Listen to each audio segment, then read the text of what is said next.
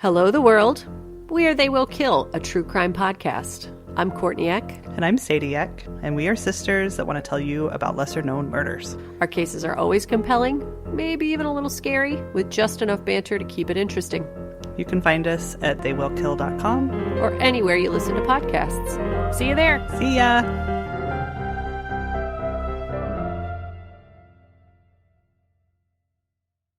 If you want to listen to this episode ad-free, you can do so by subscribing on Apple Podcasts or heading over to patreon.com/themurderdiariespod. On Spotify, just search The Murder Diaries ad-free. Welcome back to The Murder Diaries. I'm Paige. And I'm Natalie. In 2018, a young 16-year-old girl had her whole life ahead of her. Then one October night, after a night out, her stepmom received a frantic call from her and then raced to pick her up. She'd been at a party with her boyfriend and was in a state of severe paranoia. Her stepmom got her home and settled down. By 5 a.m., they fell asleep. When her stepmom woke up, though, she was nowhere to be found. Her name is Karlie Gusé, and this is her story. Used to think it's in my head, but I'm walking with the dead. Karlie Lane Gusé was born May 13th, 2002 in Bishop, California, to her parents, Zach and Lindsay. Bishop has been described as small-town USA, where everybody knows everybody. It's one of those towns that's more of a place you pass through to get somewhere else. Specifically, Mammoth Lakes, a really popular ski resort, and Death Valley National Park. Karlie's family lived in the White Mountain Estates neighborhood, about 10 miles outside of town. It's a very beautiful and scenic area, but rural and isolated. When Karlie was 3 years old and her older brother Kane was 7, Zach and Lindsay split up. Karlie and Kane moved to Nevada to live with their mom. Zach stayed in California and met Karlie's stepmom, Melissa, in 2006. They then married in 2009. Together, they had Karlie's 2 little brothers. Shortly after the marriage, Karlie and Kane moved back to Bishop and lived with Melissa and Zach full-time. Zach, who works in construction, said, "It was good to have a family. We'd found our purpose in life." With Karlie and Kane moving in, they were now a busy family of 6 with sports and school and countless gatherings for holidays, birthdays, and other happy celebrations. Melissa and Karlie became pretty close. They often traveled together, just the 2 of them, for all of Karlie's cheer competitions. Karlie also was working part-time at the title company where Melissa was an escrow assistant. Zach remembers Karlie as happy. He said she liked being home, hanging out with us. Karlie loved spending time with her brothers, watching scary movies, and dancing around with her friends. Melissa says Karlie typically had one best friend at a time and would spend a lot of time hanging out and spending nights with that friend, as many teenage girls do. Taylor, Karlie's best friend, met Karlie when Taylor was new to school. Karlie befriended Taylor right away and took her under her wing. The pair had been close friends ever since. Taylor said she was a funny person. She was crazy, but in a good way. Taylor's mom, Kim, said she was a bright light and she was just always pleasant to have around. When Karlie was a sophomore, she started dating Donald, who she had met at Bishop Union High School. Donald was older than Karlie, a grade above. They started out as just friends, but it grew into more. He soon became the main focus of Karlie's life. Melissa said you could definitely tell it was teenage love for those 2. On October 12, 2018, Karlie's family was preparing for the annual pre-Halloween trunk-or-treat at Bishop City Park. Instead of going to the event, Karlie told her family that she and Donald were going to go to the high school football game. Around this time of year in the U.S., this is completely common, especially in a small town. So there's nothing off here yet. But then at 8:30 p.m., as Melissa was pulling into the driveway, Karlie called and begged her to come get her immediately. Heart racing, Melissa drove back to town as quickly as she could. Karlie stayed on the phone with Melissa as she drove and didn't want to hang up. Throughout the call, it was clear. Karlie wasn't at the football game as she said she would be.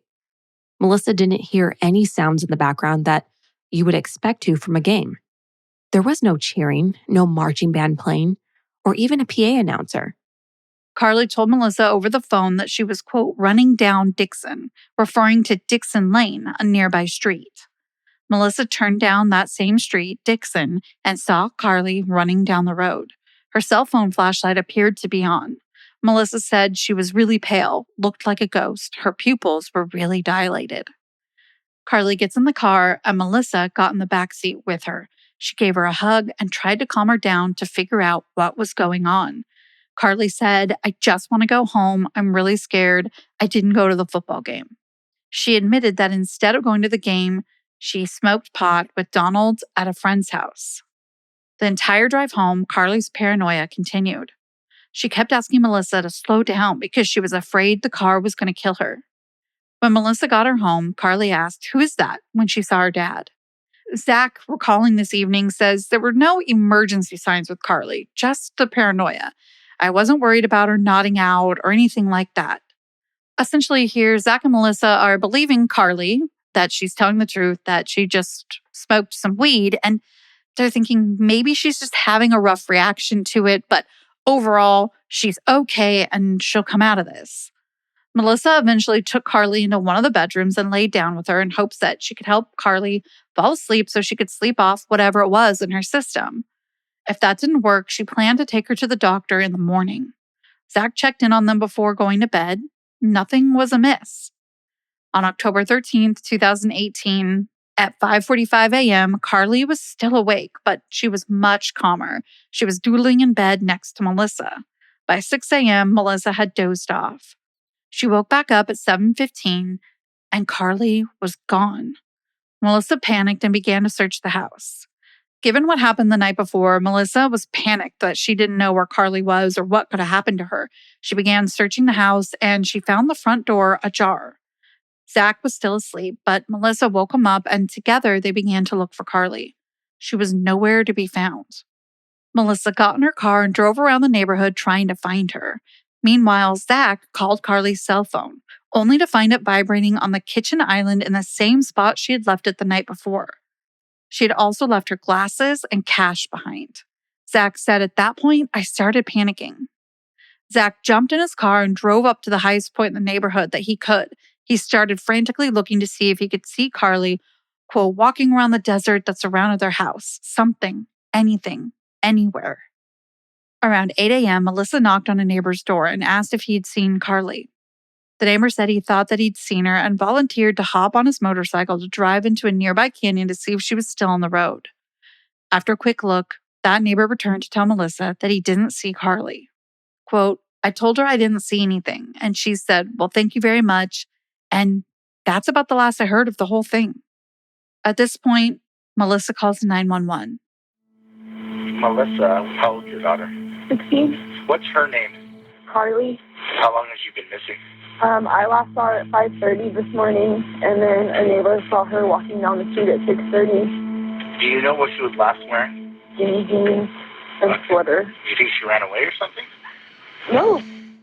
Around 9:30 a.m., a deputy arrived at the Gusé home to ask questions about Karlie's disappearance and to try to establish a timeline. Deputy Sheriff Jason Pelichowski was the lead investigator. To Sheriff Pelichowski, it's not uncommon for a teenager to leave home after being upset with their parents and go be with friends. Karlie's family repeatedly told authorities, though, that she was not a runaway. The deputy also took note that Melissa seemed extremely worried. Karlie was described as a white female with dark blonde hair, blue eyes, and a pierced left nostril. At the time of her disappearance, she was about 5'7" and weighed around 110 pounds. She was likely wearing gray sweatpants or jeans, a white t-shirt, and Vans brand shoes. Melissa called more than 911 that day. She called Donald and Karlie's friends to see if anybody knew where she was, and no one did. Something also really important to this case is an 8-minute audio recording from the night before she went missing that Melissa shared with the deputy. She'd made this recording in an effort to be able to show Karlie what she had been acting like the night before. Now, I'm sure some of you are thinking that it's a bit odd that Melissa would record her conversation with Karlie. But Melissa was doing it because she had a plan. That plan was to play the recording for Karlie the next day in order to show her how erratic she acted when she was high on drugs. Clearly, she intended to use this recording as a teachable moment. Sadly, as we know, Karlie disappeared before they could have that conversation and listen to the audio together. Investigators questioned a 78-year-old neighbor who saw Karlie that morning. He was a retired member of the LAPD. He'd been drinking coffee that morning while relaxing in his jacuzzi, which sits in an enclosed room facing the street. While looking out the window, he saw Karlie walk by between 6:30 and 7 a.m. This neighbor said in an interview, "I thought, that's kind of weird." And she was waving a piece of paper, like a 12 by 12 piece of paper. She was just waving in the air and walked by. He said she wore gray sweatpants and a white t-shirt. It was a really chilly morning in the low 40s, so he was surprised that Karlie wasn't wearing warmer clothing. This neighbor's description of what Karlie was wearing is different from what Melissa describes that Karlie had been wearing, which was what she was wearing the night before, skinny jeans and a black sweatshirt. In the early afternoon, a large search surrounding the neighborhood began. The terrain did not help the search at all, as it's really rugged and pretty dangerous. There's lots of different types of critters, including coyotes, rattlesnakes that are often seen in the area. Karlie's boyfriend Donald and his friend, who we'll call Jay, joined the search team. Donald and Jay were also interviewed by investigators. They were able to give authorities a clearer picture of what had happened at the party Karlie had attended the night before. Jay hosted this party at his parents' house. They confirmed they smoked weed, and Donald went on to describe Karlie's paranoia. Donald and Jay assure authorities that the weed wasn't laced with anything and that no one else that smoked it with Karlie had an experience similar to hers. Not even close. It's great and all that Donald and Jay want to ensure to authorities that the weed wasn't laced with anything, but with Karlie missing, they weren't able to perform a drug test and corroborate any of that. They did go ahead and take the rest of the marijuana and the device they used to smoke it to test. It was later found not to be laced with any other drugs. Jay said that after the party, he drove Karlie and Donald back to Donald's house. Karlie got increasingly paranoid at that point and ran away from Donald. And authorities think this is when Karlie called Melissa to come get her. So Jay and Donald were asked what they did between the time when Melissa picked her up and the next morning when Karlie disappeared. Customers are rushing to your store. Do you have a point of sale system you can trust? Or is it a real POS? You need Shopify for retail. Shopify POS is your command center for your retail store. From accepting payments to managing inventory, Shopify has everything you need to sell in person. With Shopify, you get a powerhouse selling partner that effortlessly unites your in-person and online sales into one source of truth. Track every sale across your business in one place and know exactly what's in stock. Plus, you'll be able to connect with customers in-line and online. Shopify helps you drive store traffic with plug-and-play tools built for marketing campaigns from TikTok to Instagram and beyond. Get hardware that fits your business. Take payments by smartphone, transform your tablet into a point-of-sale system, or use Shopify's POS Go mobile device for a battle-tested solution. Plus, Shopify's award-winning help is there to support your success every step of the way. Do retail right with Shopify. Sign up for a $1 per month trial period at shopify.com/murderdiaries, all lowercase. Go to shopify.com/murderdiaries to take your retail business to the next level today. Shopify.com/murderdiaries. Jay said that he went back home, and Donald said that he went to sleep, and when he woke up, he saw a text from Melissa asking if he knew where Karlie was. Authorities obtained the doorbell camera footage of Karlie, Jay, and Donald arriving at Jay's house at 6:04 p.m. on October 12, 2018. They arrived in a dark sedan and walked into the house. Karlie was seen wearing exactly what Melissa said, a black sweatshirt with a white logo on it, skinny jeans, and black tennis shoes with white soles. At 8 p.m., the doorbell camera shows the three exiting the house and getting back into the car. Nothing looked out of the ordinary. Karlie is seen walking on her own in between Donald and Jay. After Melissa picked Karlie up, Donald did try to reach her multiple times to check on her. Donald's dad confirms that he was home the rest of the night and got up in the morning and joined the search team for Karlie. Day one of the investigation ended with Karlie still missing. Authorities were quickly realizing that this could be more than the runaway teenager they thought at first. They decided to start fresh in the morning. In the meantime, Melissa did a Facebook Live video. She tearfully pleaded for people to please help her find Karlie. Melissa would later say that night they didn't sleep at all. They just stayed up hoping that Karlie would be home the next day. The search continued at sunrise the next day. It expanded to a 10-mile radius from White Mountain Estates. Horses, cadaver-sniffing dogs, and Black Hawk helicopters were all brought in to help with the search. Lead investigator Pelachowski describes the search for Karlie as an expansive search. Karlie's mom, Lindsay, who was still living in Nevada, joined the search as soon as she heard the news about her daughter. Zach recalls Karlie's mom, rightfully so, being extremely worried and very distraught. Zach and Melissa said that the relationship with Lindsay up until that point had been very good, but that it soured under the stress and strain of the situation. Aside from the family and friends we've already spoken about, many people assisted in the search for Karlie, including random volunteers, more friends, and members of both sides of Karlie's family. Missing persons posters appeared in stores, diners, and gas stations across Eastern California and beyond. News of the case went viral. Thousands of people nationwide soon joined Facebook groups such as Bring Karlie Home and Justice for Karlie Gusé. After interviewing those close to Karlie, Deputy Pelachowski said some of Karlie's friends had reported a recent change in Karlie's behavior prior to her going missing. Taylor said that she saw an increase in Karlie smoking weed since she'd started dating Donald. She also said that there were little bits of signs of depression. Zach echoed seeing recent changes in Karlie. He noticed that she'd been exhibiting behavioral changes and getting worse grades in school. Karlie actually attended what's called CDS. It's a building on the Bishop Union High School campus for students who, as Taylor puts it, have been in trouble for fighting or drugs. Taylor said that Karlie was in CDS for being caught high in class. Zach and Melissa told Karlie that the misbehavior needed to stop, and that did seem to help. Zach said her grades were getting better, and she was getting better. Taylor said that Jay's house was known as a party house and a place for being able to smoke pot, among other things. Referring to the night before she went missing, Taylor said, quote, "I think it's very possible she smoked something else that made her how she was." Karlie's mom, Lindsay, on the other hand, suspects that her daughter was high on something like LSD. Karlie had recently asked about the drug, and Lindsay warned her that it was dangerous. On October 14th, 2018, a second eyewitness came forward. Another neighbor, who was a school teacher, called Melissa to say that he had been out on his driveway when Karlie walked by.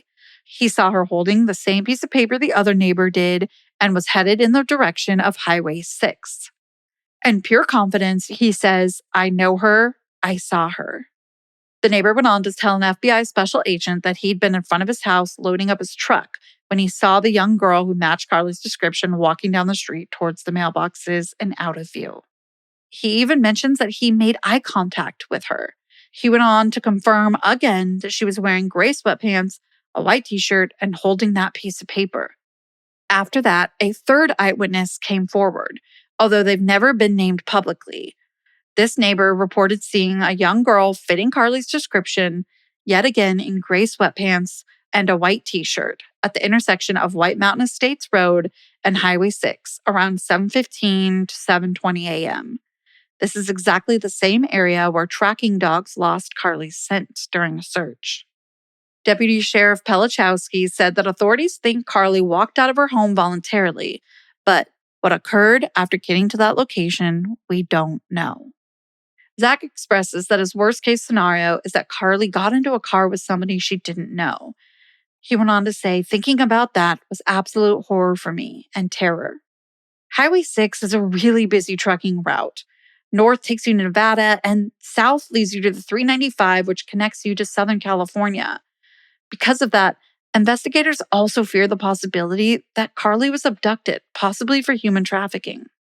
Then on October 20th, 2018, authorities said Karlie's disappearance didn't meet the criteria for an Amber Alert. They said that there was no evidence or indication of an abduction, and therefore didn't qualify for an Amber Alert. The search for Karlie was eventually suspended, and as one of the investigators put it, they switched modes to a more strictly investigative role. As time went on, NBC's Dateline requested an interview with Melissa and Zach. Melissa accepted, even though law enforcement cautioned against doing interviews during an open investigation. The timeline that Melissa gave law enforcement didn't match the timeline she described to the reporter on Dateline. Now, stick with me. She told Dateline that after settling Karlie down that night, she then woke up, more so implying that she had woken up in her own room, in her own bed, opened Karlie's door, and then noticed she was gone. As we mentioned earlier, Melissa had told authorities that she had fallen asleep in Karlie's bed, and that when she woke up again in Karlie's bed, Karlie was gone. Investigators and police on social media immediately noticed the discrepancy in Melissa's story. The court of public opinion was not kind to Melissa. Speculation began to burn that maybe Melissa had something to do with Karlie's disappearance. People also began to give her a hard time for saying that Karlie had been wearing jeans and a sweatshirt that night, when the eyewitness said that she was wearing sweatpants and a t-shirt. It's important to note that in both stories, Melissa is saying she was sleeping when Karlie left the house. Giving her the benefit of the doubt that she deserves, in this case, she wouldn't have seen whether or not Karlie had changed her clothes. Given that Karlie had been wearing the skinny jeans and the sweatshirt for a really long time by that point, it wouldn't be abnormal that she could have changed her clothes. And also, Melissa's doing her due diligence by telling authorities what the last thing she saw her wearing was. The neighbors are the ones reporting her in the sweatpants and the t-shirt, not Melissa, because Melissa never saw her wearing that. It should come at no shock, but Melissa now regrets doing that Dateline interview. Now, 4.5 years later, she said that she lied on Dateline about waking up in her own room. She didn't want to give out any information that might hurt the investigation. Melissa called the reporter and asked her to redact the comments, but she wouldn't. Karlie's mom, Lindsay, started to speak out about Melissa. She even commented on a Facebook post saying, "Explain to your audience the 8-minute video you have of my daughter and her behavior and the scuffles at the end of the audio, and then it shuts off," ending it with 3 question marks. Once seeing that comment, the people also wanted to know why the audio recording of Karlie was never released. Zach said they didn't want to release the audio because, quote, "that's not Karlie. That's not what she sounds like. It's what she sounded like that night." In the recording, Karlie is in a clear state of paranoia and not acting like herself. She said nonsensical things like, "I'm eating the devil's lettuce." Because of all this, though, Zach and Melissa quickly became the main focus of the investigation. Their home was searched, and one of the investigators said, "We did a forensic search of everything." Karlie's, Melissa's, and Zach's phones were all scrubbed by the FBI. And they found that the phone dates corroborated what Melissa and Zach had said about the night before and the morning that Karlie went missing. Authorities went on to seize personal items from Karlie's bedrooms, and Zach and Melissa were polygraphed and questioned by the FBI multiple times. On March 25th, 2019, Zach, Melissa, and Karlie's mom, Lindsay, appeared on the Dr. Phil show. They went on the show in hopes of bringing awareness of Karlie's case to Dr. Phil's millions of viewers. Zach and Melissa, while hesitant, agreed to appear on Dr. Phil, but under the condition they would not have to appear on stage at the same time as Lindsay. During Lindsay's segment, she told Dr. Phil she thought Karlie had died from an adverse reaction to the weed she smoked and that Melissa and Zach disposed of her body. She also brought up the audio recording we've mentioned a few times during this episode, saying that Karlie was pleading with Melissa in the audio to call 911. Years later, Melissa finally released the audio publicly to the TV show People Magazine Investigates. I was able to watch, and when you're listening, it's clear that Karlie was asking if something happened to her, would they call 911? Melissa clearly responds on the audio that yes, she would. Here's what that piece of audio sounds like. Karlie, would you call them? Melissa, who? 911? If there was an emergency. Karlie, if I were to die. Melissa, if there was an emergency, yes, I would call 911. When the Dr. Phil show episode aired, the audio recording hadn't been released yet. And because of that, the court of public opinion was once again unkind to Melissa. Melissa said, "It got really ugly." And Zach says, "Everyone started attacking us." Zach and Melissa received nasty phone calls and messages from the public. It got so bad that at one point, someone started stalking them and posted pictures of their home online. The 8-minute audio clearly shows the love that Melissa had for Karlie. People magazine investigates showcased a part of the audio where Melissa says, "I love you," and Karlie responds tearfully, "I love you too." And Melissa went on to assure her it's going to be okay. Sheriff Braun, who's also the coroner for Mono County, described Zach and Melissa as worried, upset, concerned, devastated parents. There's nothing about them that makes me say, okay, they did something. Nothing. In the spring of 2021, the Mono County Sheriff's Office got a tip from someone who said that they knew what happened to Karlie. They said that she was picked up on Highway 6 and taken to Tonopah, Nevada. Karlie was supposedly seen partying in Tonopah, but then something happened to her. Tonopah is a small mining town, and Sheriff Ron said Tonopah has nothing much around it, and it's one of the first places you'll get to if you're headed in that direction from this area. That means if Karlie was picked up on Highway 6, this is one of the first towns that they would reach after they crossed the border into Nevada. The tip seemed credible enough to investigators to get a full account from the source. The tipster had been in the grip of a drug addiction and said that he'd recently gotten sober, which explained why they waited 2.5 years to come forward. The tipster didn't know why Karlie was in Tonopah, but swears she was. Authorities did get a description of the vehicle that brought Karlie to the party, a blue, smaller SUV, and the license plate number. The vehicle was then located and was transported to Reno, Nevada to be processed for evidence. At the time of Deputy Pelichowski's interview with People Magazine Investigates, the results from the car had not returned from the lab yet, but authorities did link a person of interest to the vehicle. On May 13, 2022, what would have been Karlie's 20th birthday, the National Center for Missing and Exploited Children released an age progression photo of what she would look like today. People around town still talk about Karlie, and missing posters can still be seen hanging up in various places. Zach said in an interview with the FBI, "I'm down to two things. I'm down to either she crossed that desert so far that nobody found her, or she was abducted. She got in the wrong car with the wrong person." An FBI special agent said, "This is by far the most frustrating case I've worked on in 18 years. Just the lack of evidence, lack of someone coming forward other than our 3 witnesses to give us clues on what might have happened to Karlie." Special Agent Reagan said, "We have not given up on Karlie. People don't disappear into thin air." On the day that Karlie would have graduated high school, her principal read her name at graduation. Zach and Melissa then came forward to accept her diploma on her behalf. Zach said, "I'd give my whole body and soul. I'd give it all up just to have her home safe." If anyone has information about the whereabouts of Karlie Gusé, please contact the Mono County Sheriff's Office. You can email them at karliegusetips@monosheriff.org or contact them at 760-932-5678. You can also call the Sacramento office of the FBI at 916-746-7000 or submit an anonymous tip online at tips.fbi.gov. The FBI continues to offer a $5,000 reward for any tips that lead to the location of Karlie. In addition, her family maintains a $10,000 reward for her safe return. That's it for this week, but be sure to check us out on social media at the Murder Diaries Pod. We're available everywhere. And we even have a YouTube channel now. And until next time, Stay safe. bye.